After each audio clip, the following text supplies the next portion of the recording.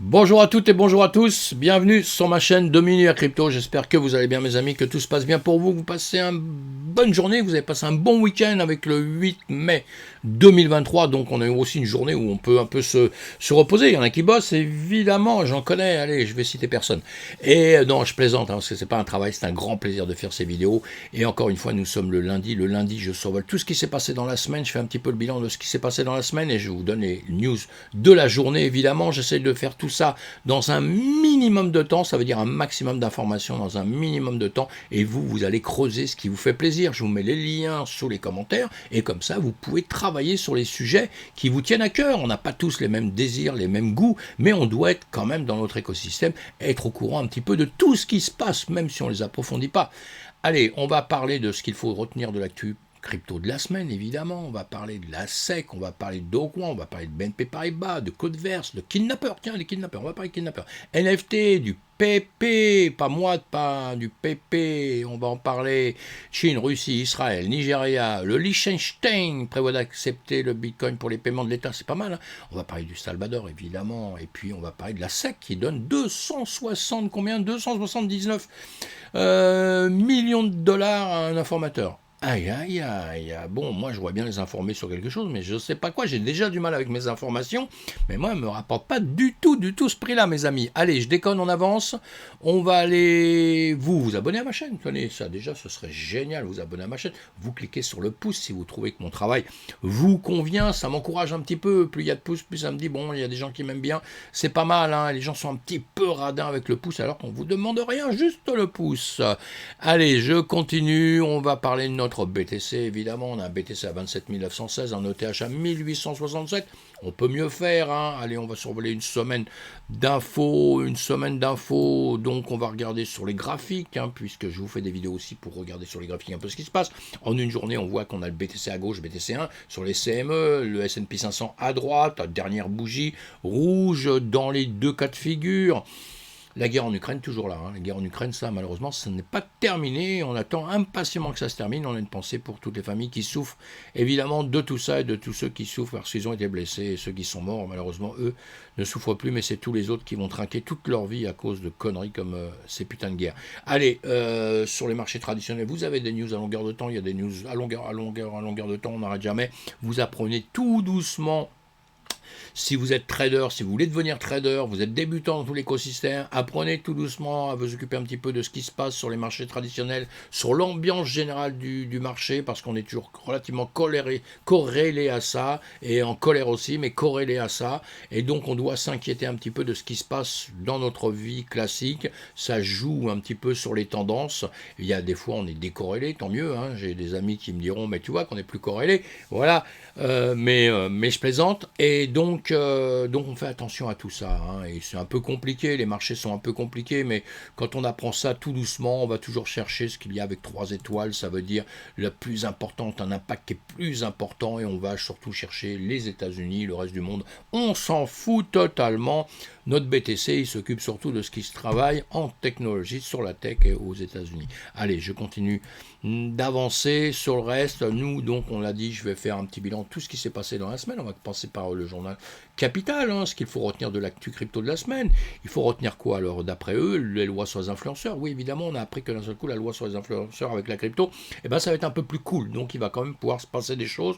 On a réduit un petit peu le stress qu'il y avait dans tout ça. On va parler de NFT avec Sotheby's Metaverse qui va pouvoir 13 artistes, hein, ça y est, c'est parti maintenant, on sait bien, Sotheby's, une grosse société de vente aux enchères, et ça y est, ils ont compris que le NFT, ça pourrait leur apporter quelque chose. Ils ont déjà fait des ventes extraordinaires. On va parler du Bhoutan. Le Bhoutan, enfin, on parle cette semaine, tout ça, je ne vais pas revenir sur tout ça, moi, hein, à part une ou deux choses, mais on a parlé de tout ça cette semaine, quoi. Le Bhoutan, un des pays extraordinaires, qui font des belles sculptures en bronze extraordinaires, et en tout cas, bon, on se demande si le Bhoutan pourrait-il détrôner l'Islande, la Norvège, la Russie, dans le business du minage, parce qu'ils sont déclarés jeudi vouloir allouer la somme de 500 millions de dollars pour lancer des opérations de minage, c'est pas mal, hein. Renault avec des NFT, Ça, on a déjà parlé avec des baskets numériques qui seraient uniques grâce au certificat d'authenticité produit par le NFT. Les mêmes coins, on va parler des mêmes coins, évidemment, on va parler du PP, évidemment. Et pour la Chine, Alibaba a dévoilé en fin de semaine le Cloudverse. Bon, il y a d'autres news, après d'autres news, vous les avez sur différents journaux, hein. Moi je vous présente cela parce que je les aime bien. Le journal du Coin, hein, qui fait aussi son hebdo, et lui, il nous parle de Mastercard persiste dans l'économie du crypto, c'est tout ce qu'ils ont retenu dans la semaine, comme moi, hein. Donc je les présente eux parce que je vais aussi chercher des infos chez eux, comme chez d'autres évidemment, hein. Il y en a beaucoup, et on ne peut pas présenter tout le monde. Mastercard persiste dans l'économie crypto, le CEO de Binance CZ, il tire dans les pattes de Justin Sun. Mais je ne sais pas si c'est pas Justin Sun qui a plutôt tiré dans les pattes de Binance. PayPal continue à intégrer les crypto-monnaies. Ça, c'est une bonne news. Blur dévoile son nouveau protocole de prêt. Blend, très bonne nouvelle tout ça. Mais le protocole Curve déploie son stablecoin CRV USD. Voilà, ça arrivera, tout ça, ça va se faire tout doucement. Dans notre écosystème, 200 000, c'est quoi 200 000, il s'agit du nombre de BTC détenus par la Bulgarie suite à l'arrestation du cybercriminel en 2017. C'est une vieille affaire, effectivement, et ils ont 200 000 BTC grâce à ça. Il y a des bandits, alors on se plaint contre les bandits, mais il y en a qui sont contents d'attraper les bandits, apparemment. Allez, 46%, c'est la part des millénials à détenir des cryptos. Alors moi, dans ma catégorie à moi, autre catégorie, un peu plus ancienne, nous ne sommes que 8%, il n'y a que 8% qui détiennent dans ma catégorie de la crypto. C'est pas beaucoup, hein. 1,7 million de dollars, il s'agit des montants empochés par un utilisateur ayant investi au bon moment dans le jeton PP. Eh oui. 125 millions de dollars, c'est la valorisation totale de l'ensemble des jetons BRC20 déployés sur Bitcoin. On reparle de tout ça juste après. Et là, on a les citoyens chinois qui bravent l'interdiction du gouvernement et continuent le trading de crypto. On leur dit non, t'as pas le droit de faire ça, ils le font quand même. Les Chinois font un peu la boule, ils ont un peu les boules, ils essayent de bloquer tout ça maximum, mais il y a une chose intéressante dans cet article-là, vous relirez tout l'article, mais une chose intéressante, c'est qu'il écrit que la nature décentralisée des crypto-monnaies est faite qu'elles peuvent être transférées de pair à pair et échangées sur les plateformes mondiales, rendent leur élimination complète difficile pour tout gouvernement. Ben oui, c'est le rôle de la DeFi. C'est pour ça que j'explique souvent, il ne faut pas confondre DeFi, finance décentralisée, et ce qu'on est en train de faire sur des plateformes qui sont parfaitement centralisées avec l'autorité des gouvernements, etc. Parce qu'un gouvernement, comme là on va voir encore sur Binance, il leur dit voilà, moi je veux bloquer ci, les plateformes ils font ce que demandent les États, les banques, etc. hein, voilà. Donc donc faut pas mélanger tout ça. Bitcoin entre dans la politique du parti de Corée du Sud. Alors, ça c'est bien pour la Corée du Sud, il rentre dans la partie chez les politiques, effectivement, puisqu'ils vont jouer avec ça maintenant, puisqu'on comprend qu'il y a une partie de la population qui est pro-Bitcoin, une partie qui est anti-Bitcoin, et évidemment, dans n'importe quel pays au monde maintenant, même en France, hein, les types vont dire, moi je suis pour la crypto-monnaie, parce qu'évidemment qu'ils vont choper des lois, des voix, hein, évidemment, avec tout ça, donc ça va jouer un peu dans le monde entier. Des choses qui avancent, ça prouve un petit peu quand même la force qu'on commence à avoir tout doucement.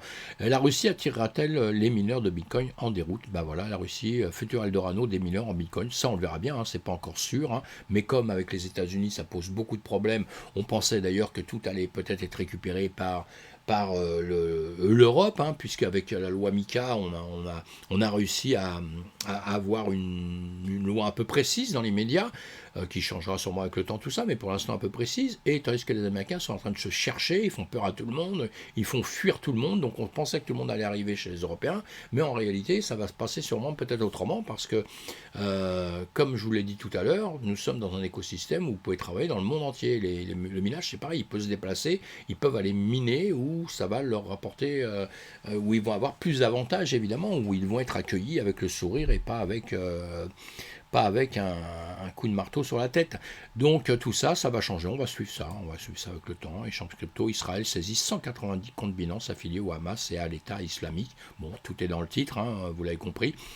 Encore une fois, je vous dis quand même tout à l'heure, pour que ça puisse se faire, hein, c'est Israël qui saisit, hein, sur Binance, hein. Ça veut dire que c'est complètement centralisé, hein. Ça veut dire que Binance est aux ordres du gouvernement où il travaille. Ce qui me paraît un peu peut-être logique aussi, attention, hein. Je ne suis pas en train de dire que c'est pas bien ni quoi que ce soit, hein. Mais je suis quand même pour la finance décentralisée. La finance décentralisée, elle peut être décentralisée et honnête. Elle n'est pas forcée d'être malhonnête, parce que pour l'instant, on a l'impression de dire que si c'est décentralisé quelque part, ce sera que les gens, les pirates, etc., qui vont aller dessus. Non, on peut vouloir faire des transactions qui soient anonymes et qu'elles soient parfaitement honnêtes, avec de l'argent qui est déclaré autre part ou quoi que ce soit. Mais vous pouvez faire des transactions sans qu'on puisse savoir qui le fait, etc. Faites des dons, des choses comme ça. On n'a pas, vous avez fait un don à quelqu'un, vous n'avez pas spécialement à une entreprise, à n'importe quoi, vous n'avez pas spécialement envie de dire que c'est vous qui faites ça. Voilà, en tout cas, bon. Nigeria, révolution blockchain en marche. Bah ça c'est bien, le Nigeria avance dans sa démarche d'adoption de la crypto-monnaie. Le Conseil exécutif national du Nigeria vient en effet d'approuver la politique nationale sur la blockchain, laquelle boostera certainement le développement économique du pays. Je le pense aussi, les pays se battent pour ça. La décision audacieuse du Salvador, un paradis technologie sans franchise d'impôt, pareil tout ça, je vous le mets dans les liens, on en parle à longueur de temps. Eux, ils essayent d'amener un maximum de gens chez eux, c'est ce qu'ils font. Donc pour faire ça, comment vous pouvez amener des entreprises chez vous? Eh bien, c'est en les taxant le moins possible, hein, évidemment. Ça, on l'a bien compris, tout le monde l'a compris au monde, hein. Le Liechtenstein prévoit d'accepter le Bitcoin pour les paiements à l'État, déclare le Premier ministre. Voilà, bon, pourquoi pas, hein, ça aussi, des news qui sont sympas. Dogecoin, le PDG de Terra risque plus de 40 ans de prison. Bon, ça, on en a déjà parlé aussi. Tout ça, c'est les news de la semaine, des choses qui sont revenues et dont on parle encore aujourd'hui, hein. Ça ne peut pas s'arrêter en 2 secondes. Et on va suivre ça au fur et à mesure aussi. On verra comment lui va être mangé, hein. C'est comme pour le FTX, hein, SBF. On verra bien comment tout ça, ça va se terminer et les prisons qu'il y aura derrière ça, parce qu'il va y avoir de la prison derrière tout ça, évidemment. Je ne pense pas qu'on va simplement les punir comme ça en leur disant c'est pas bien ce que vous avez fait. Au revoir, à bientôt. Je ne pense pas, hein. Les entreprises de cryptographie enregistrées en Estonie chute de 80% alors que de nouveaux contrôles rigoureux révèlent un comportement suspect. Alors, voilà, là-bas, énormément d'entreprises qui d'un seul coup sont contrôlées, puisque pareil, c'est les endroits où on entendait il y a X temps, ouais, vous pouvez là-bas, quand vous montez votre entreprise, on ne vous demande rien, comme dans certains pays. Voilà, et tous ces pays-là, je pense, vont réglementer tout doucement et ils vont empêcher d'avoir chez eux que les arnaqueurs au monde, quoi. Parce que là, 80%, c'est énorme. Énorme, énorme, 80%. Ça veut dire qu'il y en a une grosse partie qui sont partis d'eux-mêmes, hein, parce qu'ils ont bien vu que ça allait être chaud, et d'autres qui ont été contrôlés, tout ça, où on leur a dit, bah, vous fermez votre entreprise. Donc ça, c'est un petit peu chaud, hein, c'est des news, voilà, faut savoir. Alors, un revendeur de crypto syrien a libéré les kidnappeurs qui ont exigé une rançon de plus de 1,1 million de dollars. Oui, ça c'était un petit peu chaud aussi. Les forces de l'ordre espagnoles ont récemment arrêté 3 personnes qui se sont liées d'amitié et ont finalement kidnappé un revendeur syrien de crypto-monnaie. Bah voilà, c'est un petit kidnapping entre potes, hein, c'est pas mal ça. Un petit message pour les crypto-tagines. Prévoyez un petit kidnappé, on a quelqu'un à kidnapper ou un truc comme ça. Bon, allez, on réfléchit à la question, hein. Bon, je déconne, mes amis, hein. Les ravisseurs qui réclamaient une rançon de plus de 1,1 million de dollars ont été retrouvés en possession d'armes et de faux papiers. Bon, voilà, bon, écoutez. Des petites news dans l'écosystème, ça fait toujours plaisir d'avoir ces news-là. En revanche, ce qui n'est pas bien, c'est le fait que les arnaqueurs profitent de tous ces systèmes-là. Et ils pensent que, justement, pour beaucoup, ils pensent que s'ils prennent un mec et lui demandent son portefeuille, donne-moi ton portefeuille, il va pouvoir donner tout l'argent comme ça. C'est pas si simple, ça se fait pas comme ça. Et en plus, il y a beaucoup de protections qui se font. Et même si quelqu'un vous les prenait en 2 secondes, et ben 2 secondes après, vous portez plainte, etc., etc. Donc tout ça, ça peut se retracer, ça peut se rectifier, évidemment. La SEC verse 279 millions à un informateur pour ses révélations sur l'industrie crypto. Alors ça, la sécurité. Alors la SEC a mis en place un mécanisme incitatif dans le cadre de sa mission. Il consiste à récompenser toute personne qui fournit des informations sur les firmes crypto, lui permettant d'imposer ses règles. Chaque année, c'est des millions de dollars que le SEC dépense à cet effet. C'est un truc de fou, hein. 279 millions, mes amis. La SEC a publié vendredi 5 mai une déclaration dans laquelle elle a annoncé avoir rétribué les services d'un informateur anonyme. C'est un seul mec, hein. Ce dernier a bénéficié à lui seul de quelques 279 millions. Ce chiffre est largement supérieur à 229 millions versés en 2022 pour 103 informateurs. Le montant établi surtout un nouveau record de récompenses attribuées à un seul individu, les dernières étant 114 millions en 2020. C'est un truc de fou des montants comme ça, mais ils balancent quoi comme entreprise pour avoir autant de gains il faut que les autres ils aient triché sur un montant de combien. Bon, allez, j'avance, ça fait partie de notre écosystème. Monnaie numérique. Alors BNP Paribas va promouvoir l'utilisation du yuan numérique en Chine. Voilà, c'est super. Ça, c'était les news de la semaine, évidemment.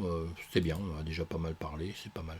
Le géant de paiement Stripe étend son offre Fiat to Crypto pour conquérir le Web3. C'est un géant, hein. Le géant des solutions de paiement aux États-Unis a lancé sa solution Fiat to Crypto en rampe pour permettre aux entreprises de Web3 de fournir une option facile pour que leurs clients puissent acheter des crypto-monnaies. Voilà. Super news. Très bien. Hop, on avance. Coinbase, ah oui, Coinbase fait des câlins aux décideurs politiques des Émirats Arabes Unis alors que les tensions avec les régulateurs américains augmentent. C'est ce que je vous disais tout à l'heure un petit peu, c'est qu'une entreprise, elle travaille quelque part, mais comme nous sommes dans des systèmes quand même qui peuvent travailler dans le monde entier, d'accord, parce qu'Internet, etc., on a compris, eh bien, les entreprises peuvent se déplacer aussi, hein. Ils finiront, et les Américains en ce moment c'est chaud, donc ils sont de plus en plus durs, quoique là ils vont peut-être, comme Mika a fait, comme je vous l'ai dit tout à l'heure, peut-être que les Américains vont assouplir certaines choses, on va voir. Il va y avoir un combat là, hein, pour ne pas perdre toutes les entreprises qui vont partir à droite à gauche. Le combat, il existe déjà avec tous ces pays qui font le sourire pour certains, qui sont prêts à mettre le tapis rouge pour certaines entreprises. Mais encore une fois, ça c'est vieux comme le monde aussi. C'est pas parce que vous avez le tapis rouge tout de suite qu'on vous fait venir dans un certain pays, etc., que tout va être beau dans l'avenir. Hein. Attention, hein, mes amis, hein, parce que les règles changent rapidement. Et il y a des pays où les règles changent beaucoup plus vite que dans d'autres pays ou qui paraissent plus durs à la base, mais une fois que c'est établi, quoi. Comme la France, nous, quand on établit quelque chose, c'est établi. Avant de revenir dessus, c'est tout un problème. Il y a des pays, ils établissent une règle, un an après, ils vous disent non, c'est plus ça, vous avez mal lu, ou voilà, où on a tout changé. Donc tout ça, ça rentre en ligne de compte, hein, évidemment, pour les gens qui veulent avancer. L'Ethereum Foundation envoie 15 000 Ethers vers Kraken. Les inquiétudes sont-elles réellement fondées? Voilà, dans la nuit de vendredi à samedi, une adresse affiliée à l'Ethereum Foundation a transféré 15 000 Ethers vers Kraken pour une valeur d'environ 30 millions de dollars. Depuis cet événement, on n'a pas manqué de faire réagir la communauté sur Twitter. En effet, les tels mouvements signifient généralement une intention de vendre et plusieurs observateurs ont souligné que lorsque l'Ethereum Foundation procédait à des ventes d'ETH, cela coïncidait régulièrement avec un plus haut local de marché. Bon, allez, approfondissez tout ça si vous en avez envie. Ordinal, on en parle énormément, hein. Et le BRC20, les shitcoins débarquent sur Bitcoin, donc déjà c'est un gros combat, c'est l'apparition du standard de jetons numériques, le ERC20 sur le réseau blockchain Ethereum, tout le monde le connaît maintenant, a entraîné l'apparition de dizaines de milliers de tokens aussi divers que variés, dans le vaste majorité s'avère totalement inutile. Ça je suis un petit peu d'accord. Si le protocole Ordinal a permis de faciliter la création de NFT sur le réseau Bitcoin, sur lequel on pensait qu'il n'y aurait jamais ça pendant un temps, hein, alors que bon, c'est vieux comme le monde quand même, comme Bitcoin, dans un premier temps, un nouveau standard de jetons y a également fait son apparition, le BRC20. Et ces tokens connaissent une certaine hype, comme on peut le voir sur le plus précisément ordspace.org. Il existerait déjà dans les 11 650 tokens BRC20 au moment d'écrire ces lignes.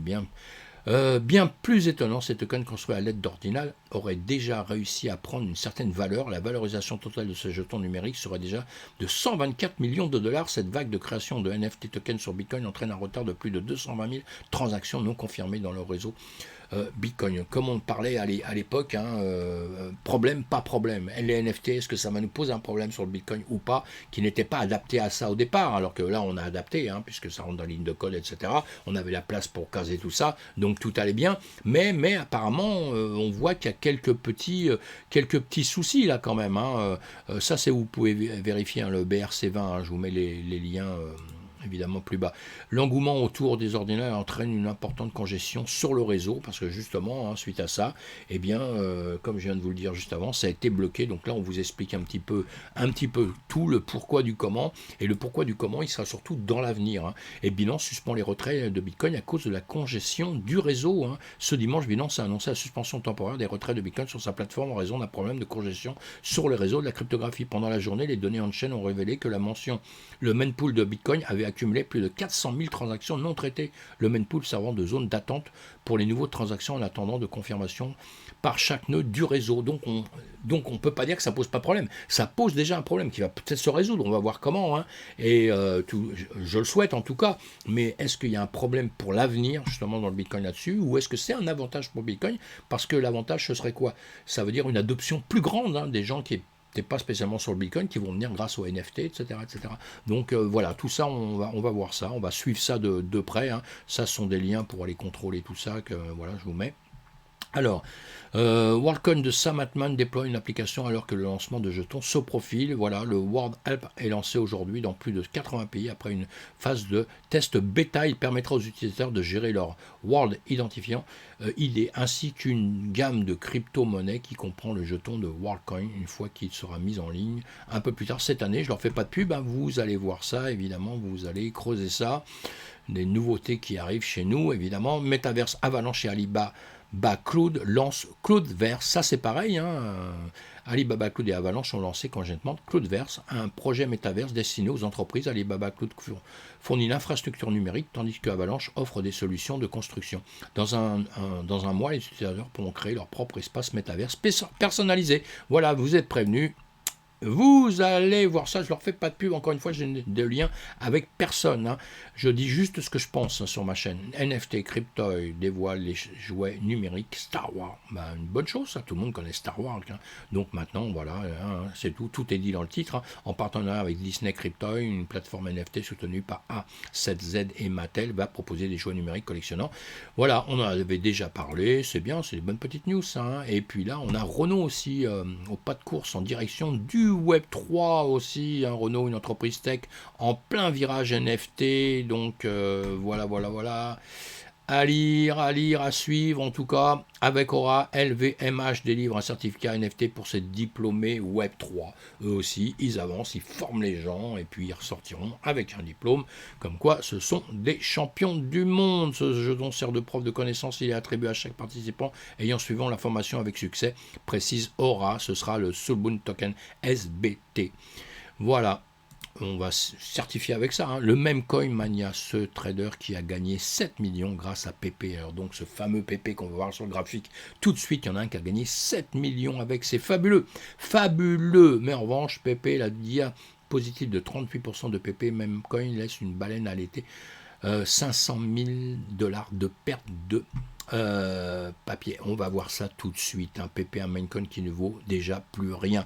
Voilà, vous allez trouver plein de titres divers là-dessus, hein, des bons, des mauvais, tout ce que vous voulez. Moi, tout ce que je vais vous faire voir, c'est justement ce qui s'est passé avec le PP. On en a déjà parlé pas mal. Il est parti là, il s'est explosé au démarrage, hein, nous sommes bien d'accord. Nous sommes en 4 heures, là, il s'est explosé. Après ça, il a fait ceci, il a fait ça. On l'avait vu à ce moment-là, je vous ai dit, attention, il risque de monter un peu, mais il va en grande partie redescendre, c'est quasiment sûr. Et bien ici, il a continué à monter un peu, tant mieux.